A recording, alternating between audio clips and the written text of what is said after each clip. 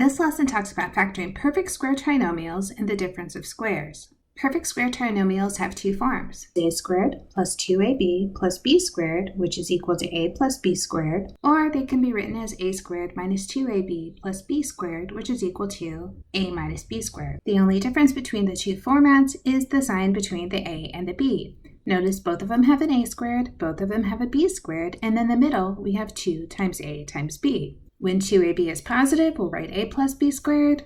When 2ab is negative, then we write a minus b squared. Let's go through some examples to make sure we understand how to factor these special trinomials. The first one is x squared plus 14x plus 49.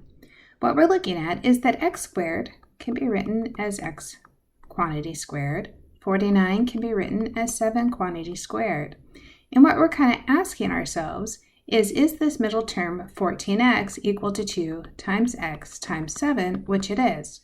Because we match this special format, we know that we can write our factorization as x plus 7 squared. The next one says 4y squared minus 12y plus 9. So 4y squared is equal to 2y all squared. 9 is equal to 3 squared. And again, we ask ourselves that question of, is this 12y equal to 2 times 2y times 3? 2 times 2 is 4, 4 times 3 is 12. We have our y. Remember to make it negative. So what that tells me is my factorization is 2y minus 3 all squared. This factorization is similar to what we did before, where we looked at factors that add up to the middle term, or maybe using the AC method. Noticing that we have a perfect square is supposed to save us time, but if you don't notice that you have a perfect square, it is okay to go through the process we've done previously.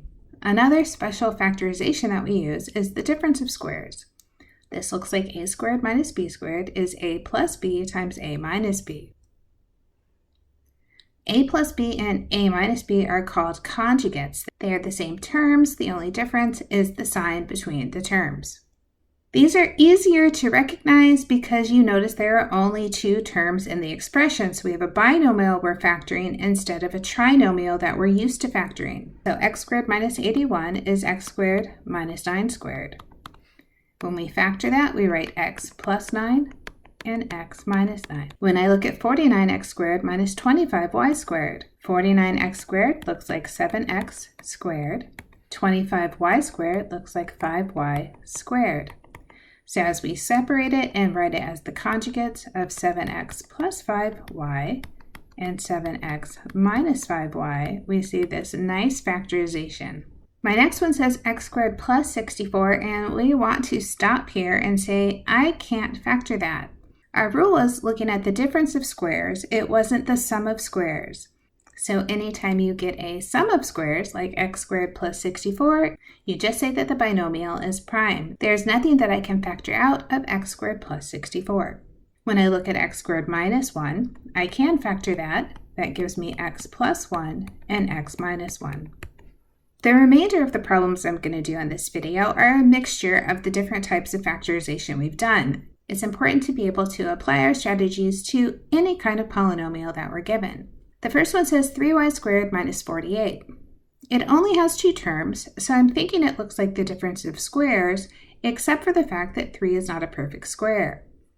What I do notice is that 3 and 48 are both divisible by 3, so my first step is going to be to divide out the greatest common factor of 3 from both terms. 3 comes out, I have y squared minus 16. Looking at y squared minus 16, now I do have a difference of squares. So I can go farther and write this as 3 times y plus 4 times y minus 4. The next one says x squared plus 26x plus 25. Well, I look at the first term, it's a perfect square. I look at the last term, it's also a perfect square. But in the middle, I do not have 2 times x times 5. That would be 10x, and that's not what I have.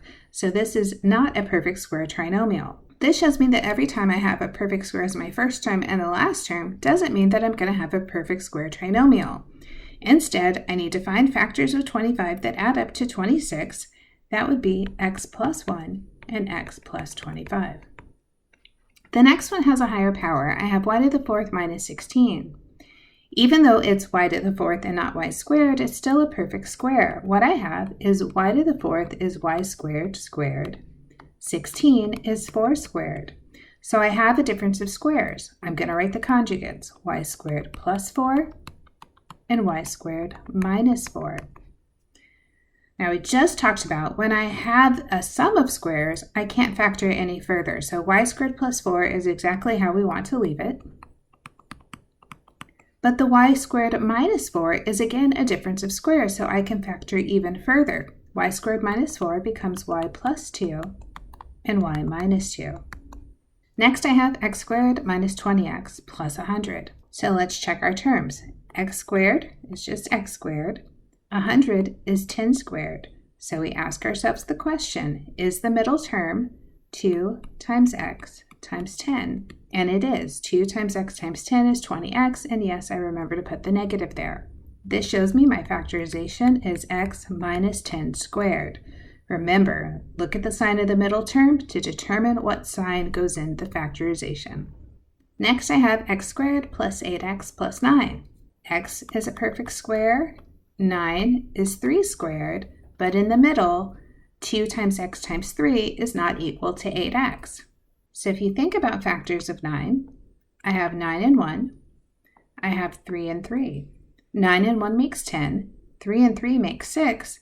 Neither one of those work out to be 8, so this is also prime. Our last one says x squared plus 22x plus 121. The first term is a perfect square.